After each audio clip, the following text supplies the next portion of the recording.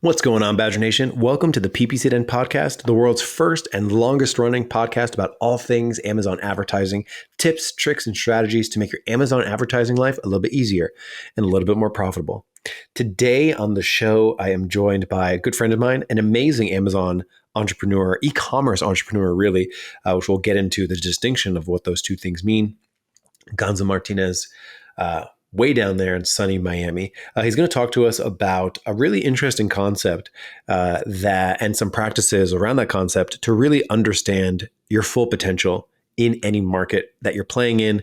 I really, really enjoy this one. If you're new to the show, we have a big old spreadsheet, Google Sheet that you can download that categorizes and sorts all of our episodes. So if you're looking for the SEO episodes, you can find those easily and listen to them in a order because we've, of course, been podcasting for so long.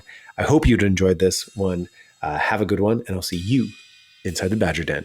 Let's go. I've launched campaigns and picked keywords. I've got my bids, set placements too. And bad mistakes, I've made a few. I've had my share of wrong keywords, but I've got through. We are the PPC Den, my friends,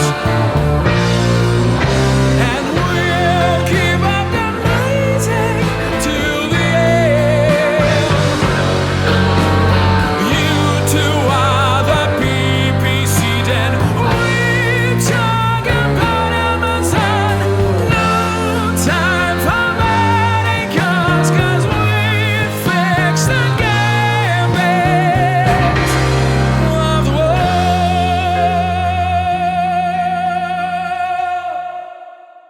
world. Gonza, what's up?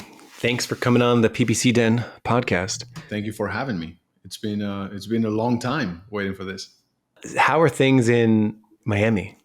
Things are good. The weather is dropping because we're entering winter, and by that I mean it's in the 70s, which is very pleasant, and the humidity is down, so we're not drenched when we leave the house or car. It's the best time, and people are starting flooding, from cold states. So yeah, it's a time for difficult dinner reservations. There you go. Yeah, that's the season. Can I start the show with a compliment? Absolutely. They're always welcome. I talk to hundreds of Amazon sellers every year. And I want to say that I'm really impressed with the caliber of you as an Amazon seller. I think, and I hope that people glean from this episode, your really 30,000 foot view of what it means to be selling in e-commerce in 2023, 2024 and beyond. I think you have a really keen sense of I'm not just going to be, an FBAer on the side, but I'm really going to be an entrepreneur in the Amazon space. And I think that's given you really good perspectives into a lot of different things, especially with what we're going to talk about today. So I really do hope that if someone's an Amazon seller, trying to gain foothold, that they really listen closely to this episode, because I think you've really done it. You've really done it, and maybe you can tell people more about your background and your Amazon. I think it's probably first of all, thank you very much for that. I think the main difference is that I started this journey later in my life, and I've done other things. What I feel about the space that we're in, I have a lot of pride about what has happened in the space. I see young people becoming entrepreneurs out of thin air, which is amazing because it takes courage and it takes resolve. And I always value that in people in general. But it's a new industry. A lot of people grew with the industry. Someone that's a little bit older, like myself, has the advantage, maybe. And I'm trying to be humble about it. But if you hit your head against the wall before, then you come into this industry with a little bit more, being a little bit more street smart, if you will, in business. and you see it as a business instead of from within. You see it from outside. And one thing that I've always thought about the space is that you need to be. For me, it was a race against time, against the clock to become more than an FBA seller. I realized that there's this potential out there. There are buyers. Some of them buy on Amazon. Most of them buy on Amazon. But Amazon is a space where it's demand based. Someone is typing a product. People are trying to buy a product. That's what they're looking for. And although Amazon is creating more and more vehicles to allow people to be exposed to products, even if they're not trying to buy them, let's face it, and we see it in the ad console, our sponsored product ads are the ones that sell the most product, right? Because it's a demand-based platform.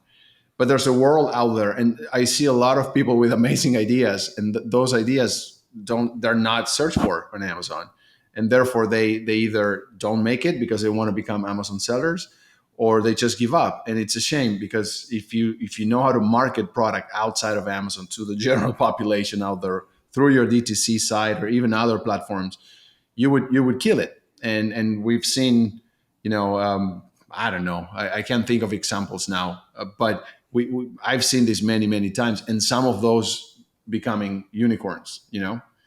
So I feel there's potential to create e-commerce brands, whole brands that people love, that create raving fans.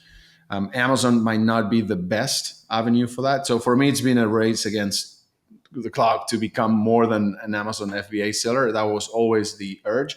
And now, maybe thankfully, the market is going that way. So it's kind of pushing. We now feel the need instead of it would be great to become. No, now you have to, because all this traffic that comes from outside of Amazon makes your life on Amazon so much easier in terms of ranking and things like that. So my advice has always been, become a brand. If you have a great brand that people are looking for and products are looking for and they're buying, do that. And the other side of that is that these fraction opportunity-based brands that sell, Me Too products, we're seeing that from an advertising perspective, and CPC, inflation and costs, fees and all of that. It's harder. It's harder to start a company.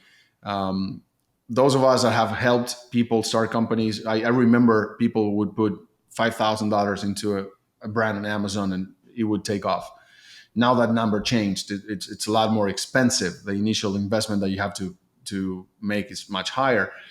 And these companies are not as successful because there's saturation everywhere. I haven't used tools to identify products lately, but how many good opportunities are out there? Maybe not much, not too many, because it's hard. So becoming a whole brand, it's way more difficult because there's a lot more skills, or you need to hire a lot more people. But it's the only way to go if you are to survive, I think, in the next 3-4 years. Yeah, for sure. And, too, I think the very best e-commerce entrepreneurs, and I've been talking to them for the last 10 plus years, are really sharp brand builders. Like, they understand brand and feel and what it's going to look like and feel, and specifically who my customer is and what I'm going to give that customer. There's that side of it. And the other side of it is analyzing the heck out of everything in spreadsheets and knowing the numbers and understanding where traffic comes from and being really analytical. And I feel like you are that. You do have those skills. So before we get into our topic today, I'm just curious, understanding the brand side of it, of building a really strong brand, but the balance with understanding the numbers. For our community together, core community, you're working on a presentation, and I've seen you do it before. You combined search term impression share data, Helium 10 data, and the search query performance report data into this incredible spreadsheet, a spreadsheet unlike any other spreadsheet I've seen people present on, because it was search term impression share data gives you certain things, like how many times something was searched and what your share of those impressions was. Search Query Performance Report gives you all kinds of data, like what your click share was and what your conversion share was based off the searches. And then Helium 10 data gives you information about like ranking and its approximation of searches. And you created the spreadsheet for one of your products that was crazy. And I'm curious like where that came from. And like if someone's listening to this and is like, I would have no idea how to even begin to go down that path to become like a numbers-based e-commerce entrepreneur as well as a brand-based entrepreneur, sort of combining that yin and yang. What advice do you have for people who are like, maybe they feel overwhelmed with spreadsheets right now? Yeah. Oh, I wish I had a good news for those people. The ones are overwhelmed with spreadsheets. The one tool that you just mentioned was an attempt to combine the data that we feel. As you said, you have the Amazon PPC, right? You have all that data, which is plenty. It's more than we can master and more than we can stomach sometimes. And then you have all this other data, which is the market data. And you have to combine them in your head. You have to go through it in your head in order to make decisions. And that's kind of the topic of the conversation today. Mm-hmm. But that tool came from the need of, okay, I need to see it on the screen. I can't have 7 reports open or 6 reports open and toggle through them to see, this data for the same keyword. It's hard. It takes a lot of time. And it makes it very confusing. So we combine it on a single row. You can see, you just move columns and you can see for the same search term, different data from different tools. And it's an Excel sheet. It's nothing. We want to create something API connected at some point. I think a lot of sellers want to do that or go that route. We don't have the bandwidth internally to do it. But yeah, that's the result of me trying to be these two things that you mentioned, the brand builder, entrepreneur, and the data cruncher. And the bad news is that you have to be both, I think. You could, this is like diet and exercise for your workouts. What's important? And I had this trainer that said, being healthy and building a good physique, if that's what you're going for, it's 100% diet and 100% exercise. And I'm like, okay, I wanted better news, but that's what it was. This is the same thing. If you really want to be successful, building a very successful brand like, I don't know, $1 Shave Club and those unicorns, you have to be 100% at both. You can't choose. You can survive with 60, 80. Some people are 0% brand entrepreneurs are making millions of dollars on Amazon. So there's proof out there that you can survive on either. But if you had good skills on both, for sure your life will be easier and your chances for success would be higher.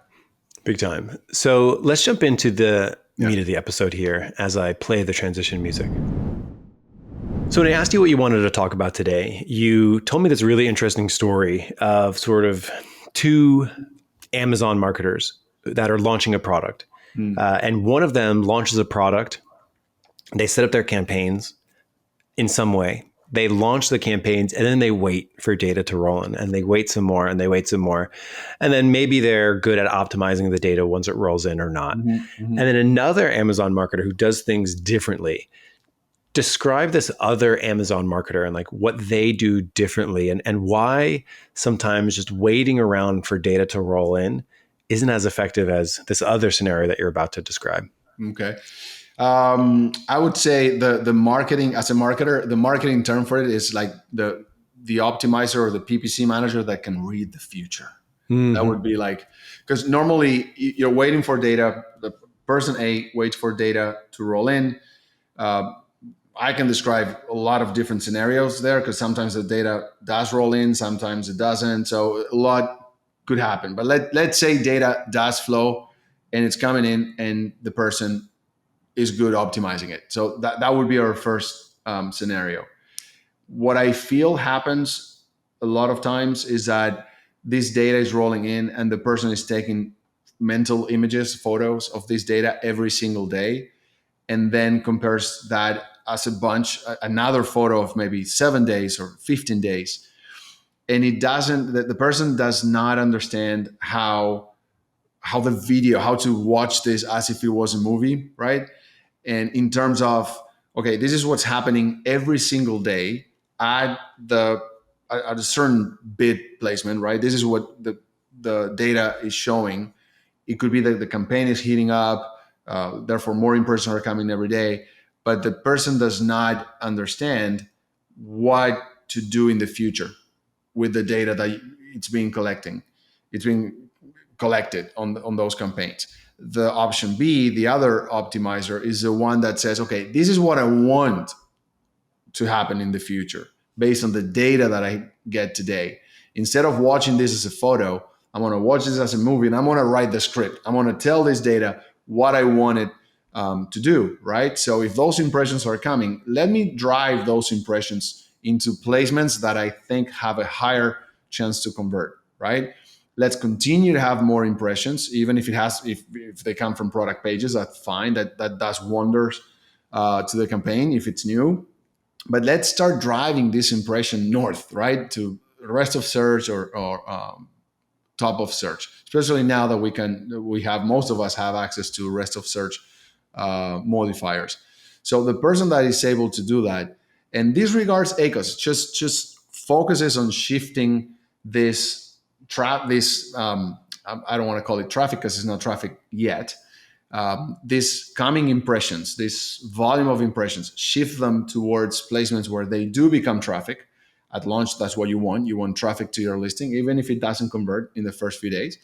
And then eventually push that traffic through the purchase of impressions into the placements that have higher chances of conversion.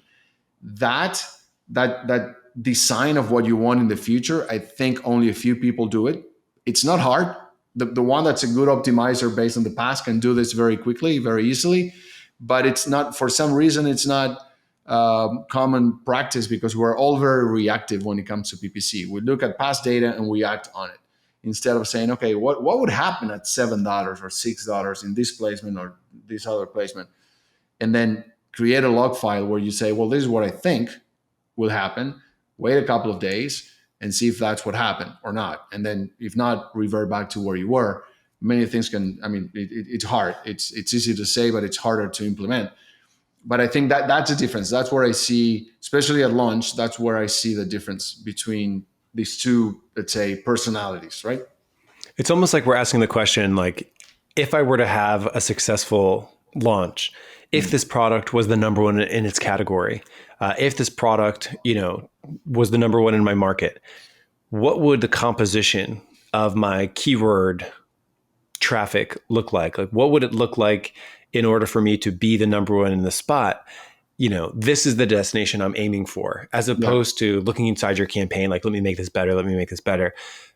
But you could miss what the overall opportunity is. Like, what is the biggest opportunity? Like, operating as if success were inevitable. Like, why don't we go for these, this composition of traffic? Because this composition of traffic would put me in the number one position for the market.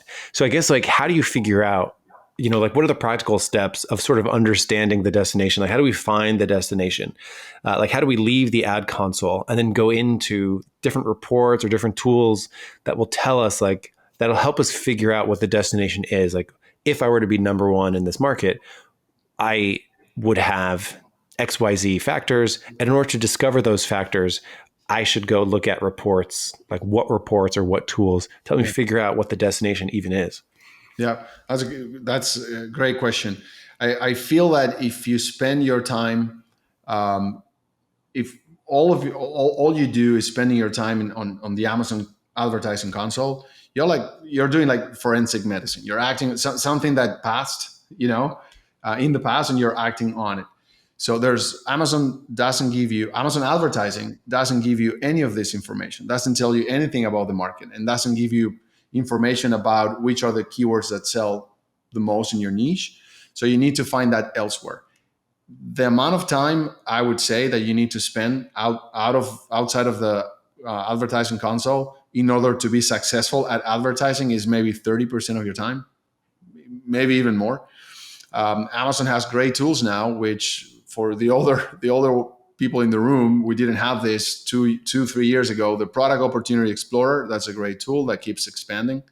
Then you have the Search Query Performance Report that wasn't there before. It's now, and now it's downloadable, ladies and gentlemen, and it keeps expanding. Then you have tools, third-party tools, some of which are great, like DataRova does it, Cellarize, I think, does it. Helium 10, I'm not sure, but they give you also the amount of sales per search term within a category. And if you're a little savvy, I'm not, but I have, thank God, I have people in my team that are very good with spreadsheets. If you can build pivot tables with this, like the one you mentioned before that we do, then you have a clear idea. Okay, this is where sales are coming from. Helium 10 and a lot of these other softwares that we use give you search volume. And we are very inspired by search volume when it comes to hitting keywords and advertising on them. But search volume doesn't mean purchases. Sometimes people do search for keywords and they end up buying something else. And that attribution is done in a way that Amazon continues to offer that search term in the drop down in the search bar. So it continues to be the one that's searched the most, but not the one that's purchased the most. So understanding what's driving sales and what's driving traffic, right? And intent, which is the add to carts. You have tools that report, and Amazon does it too. In the Product Opportunity Explorer has this. The Search Term Query Performance Report does it. You have either numbers or absolutes, or you have percentages like share, add to cart share, click share, purchase share, and stuff like that. So you understand the products are searched for, they have an intent to purchase, and they're actually purchased. And that happens, all of that happens outside of the advertising console. Mm-hmm. So you have to go there, become this brand entrepreneur, have an intention. Okay, I'm going to establish myself in this niche. These are the keywords that are driving the niche. I'm going to advertise on these keywords. I'm going to measure my conversion rate related to my competitors to see if Amazon will at some point grant me ranking juice on this, and I can position my product. And then try to establish a good, I would say, an efficient way of advertising, which is not trying to hit every single keyword in existence, because once you go through this exercise, you realize that 90% of the volume of sales comes from maybe 10, 15, 20 keywords. Mm-hmm. So if you're advertising on those, you're converting well, you're ranking organically on those, and I'll give you my opinion on organic ranking in a second, then you're okay. Then the rest, I would destine the rest of my budget to not sponsor products, but to other phases of the buyer purchase, of the customer purchase. Going out and capture attention, capture awareness and consideration. And that's better use of your money. And Amazon loves it, by the way, when you do that. Mm-hmm. The only thing that I want to say is that, of course, being number one matters, but we've discussed this with you, Mike, a lot of times, that if you consider that 60, 70%, depending on the season, of the sales are mobile, and you consider that the first two scrolls on mobile, the first two screens that you see are 70% advertising, right?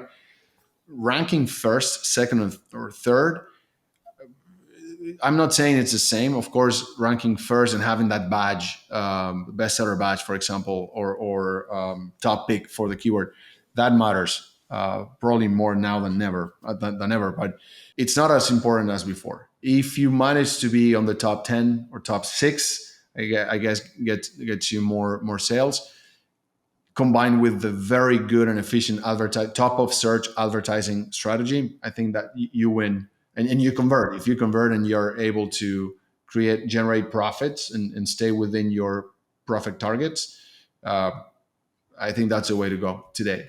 And that has changed. Yeah.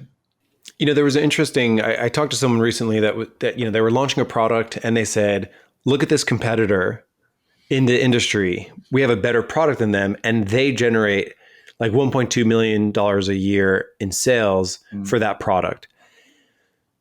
And I was like, okay. And I feel like the next question that they should ask is like, well, what is the composition of their traffic that gives them that $1.2 million?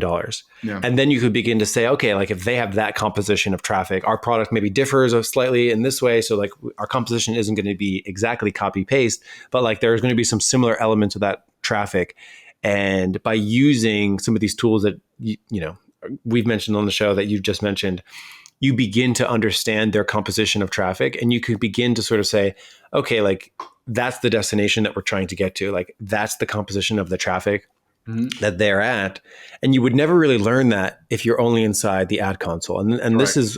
this is probably my biggest evolution as a marketer over the last sort of 36 months was like, oh yeah, Amazon has evolved so much. And the same thing happened on Google, right? Like on Google Ads, you could sort of get away for a very long time being just inside the Google Ads console. But then like, you can send traffic to a lead generation page, but like you should know the good qualities of a good lead generation page. Your traffic is only good as like the page that it lands on. And here it's like your advertising is only good as like your understanding of the market. So I think that's been really powerful for me to evolve over the years. And I think it's just going to become more and more important that, yes, you need to be very technical, but at the same time, just like we said, you need to like know numbers very well. And that's like know the technical marketing of PPC optimization. But at the same time, you need to understand the overall brand landscape and understand like the composition of the top competitors' traffic, go even further, understand the composition of those product pages and how they fit into the market, and identify those things that, really it's just like finding compositions of traffic. And when I say that, I mean, keywords that lead to the most sales, and then shape your strategy around those things. And you can never really learn that if you're just inside the ad console. Yeah.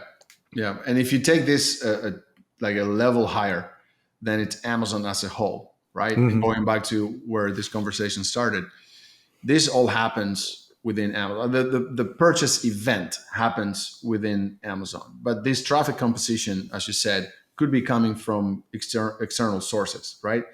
And when I say could, maybe I should change that to must. It should be coming also from external sources, because Amazon rewards it, loves it, helps you rank, even if the traffic doesn't convert within reason.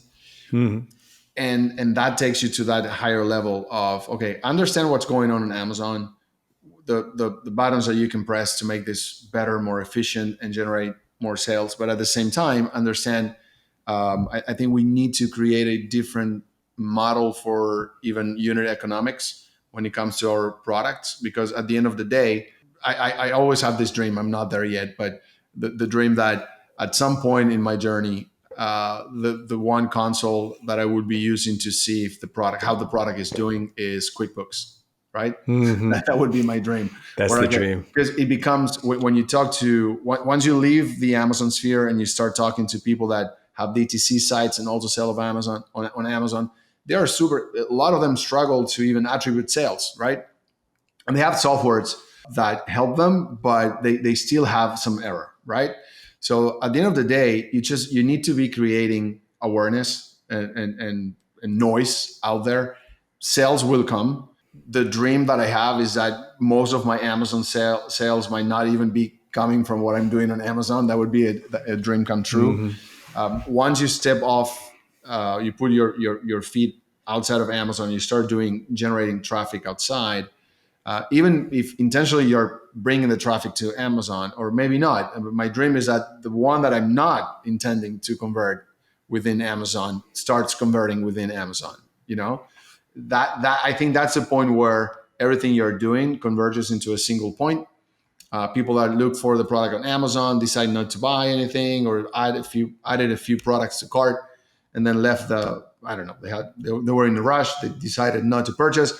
Then a couple of days later, because of you pixel them somewhere, or you're just running ads on Facebook or TikTok, you convert the sale either on Amazon or something else. I think that's the future of the Amazon seller, which obviously become the next. I would say the next step for an Amazon seller is to cease to exist as an Amazon seller and become a brand owner, an e-commerce brand owner, a digital brand owner. That's kind of the goal, I think, to survive, right, and to grow.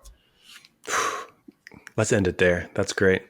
Gonza, thank you so much for sharing this perspective. I know that it's definitely going to, again, continue my own evolution down this path of really understanding. It's not just, you can't only optimize bids and keywords and campaign structure inside advertising. You really benefit. You do all of those things better if you have a better sense of the market. Yeah. For a long time, I think a good PPCer could say, I don't even need to know what the product is. I don't even need to know what the market is doing. Like, I'm going to get in the campaigns and make them better. And you can absolutely do that without even knowing, like you can optimize an account that's in a language you don't understand just by the very nature of Absolutely. the levers to pull on. But the next evolution beyond that, and you will see results doing it that way, just being active and diligent inside ad campaigns, looking at reports and optimizing what you see in those reports. But like the next evolution is, okay, I'm optimizing what I have, but what is the ideal scenario here? Like, what are the very best people in the industry doing? Like, how do I become my own best, highest potential in the market that I'm advertising in? You tapped one thing you just said, and this could be advice or maybe food for thought for your viewers. Yeah. If you're not performing at that level, as you said, you can even optimize campaigns in Russian, German, or whatever, not Russian, but German, right? Yeah, you could do that. And then what you're not performing at your top potential, but you still have a business and you might be a very good business. So if you don't work at this potential, you're missing out. That's one scenario. But what happens if everyone else in your category is performing at that potential? You're missing out might turn into you disappear. Yep. They get all of your business and you're out of business. So this is what I feel it's important to start playing at a higher level, because I feel I can sense, maybe it's age too, I can sense that the market is moving in that direction. I can see how much harder it is. And I can see competitors that I've tracked for a number of years. I see them elsewhere. I see them outside of Amazon. I see them on social media. And I'm like, okay, so everyone is going in that direction. If you don't, then it's not just missing out. You might disappear. Big time. Yeah. I can't. So I've been involved in a lot of Google Ads to Amazon campaigns, and typically we'll run it to 5 ASINs. And generally we see ranking increases on 80% of the ASINs within a month. 80% of ASINs get a better ranking. And then, that's one of them, seems to stay where it is. It almost seems stuck, but like 80%, like improve ranking on 80%. And there's still people that are like, they hem and haw about running Google Ads to Amazon. I'm just like, well, people are, and people are seeing good results. Yeah. So it's just like, understanding. So like, if you even zoom out even further, like we talked about the composition of traffic on Amazon, but like the composition of traffic for an e-commerce brand is way beyond just Amazon advertising. Absolutely. So beginning to incorporate those other elements, and we here on the show talk about those other elements that are similar to running Amazon PPC, like running Google Ads to your Amazon listing. It's just going to continue to evolve that way. And you with it, because you're the man or the woman behind this. This is your child, your brainchild. This is your dream, right? And you evolve with it. So if you're able and willing to explore these other business models or these other platforms, you evolve as a person. And then it has to be in line with what you want as well. Yeah. Maybe some people don't want to evolve to that level, but I think I strongly suggest that people do take those routes. It takes time. It takes the same amount of time that it took for you to become a good Amazon seller to become anything else that you want to become. So maybe a little shorter because of experiences that are cumulative, right? But it's the way to go, I feel. Awesome, Gonza. Last question I have for you is, what's a book recommendation that you think was influential for yourself as an entrepreneur? The one that I read that really, I can't say it changed my life, but it really, really changed the way I move through life. Unfortunately, it's not, I don't know why they don't translate it to English. It's only in Portuguese, and it's called The Power of Action. It's by a guy called, what's his name? Paulo Vieira, The Power of Action. But if I can summarize the book in a few words, it's just about how action, not intention, and not how action is crucial for evolution. And you need anything that you dream and everything that you want to become has to be put in an actionable plan that's sustainable, that's achievable, that's big enough to move you but not huge for you to never. I mean, it's very it sounds cliche because we hear this every single day, but that's the one that taught me this many years ago, and put me in a really changed my mindset about, okay, what is it that I want to achieve, by when, how big or small is my dream, is it achievable, do I have what it takes, if not, what is it that I have to go and learn to make it happen. So yeah. Good news. In 2019, they translated it to English. So there you go. Now I can recommend Gonza, thank you so much for joining us today on the PPC Den podcast. It's been an absolute pleasure. And I'll talk to you in Core, our little Absolutely. community. Pleasure is mine. Thank you. Alrighty, have a good one. You too.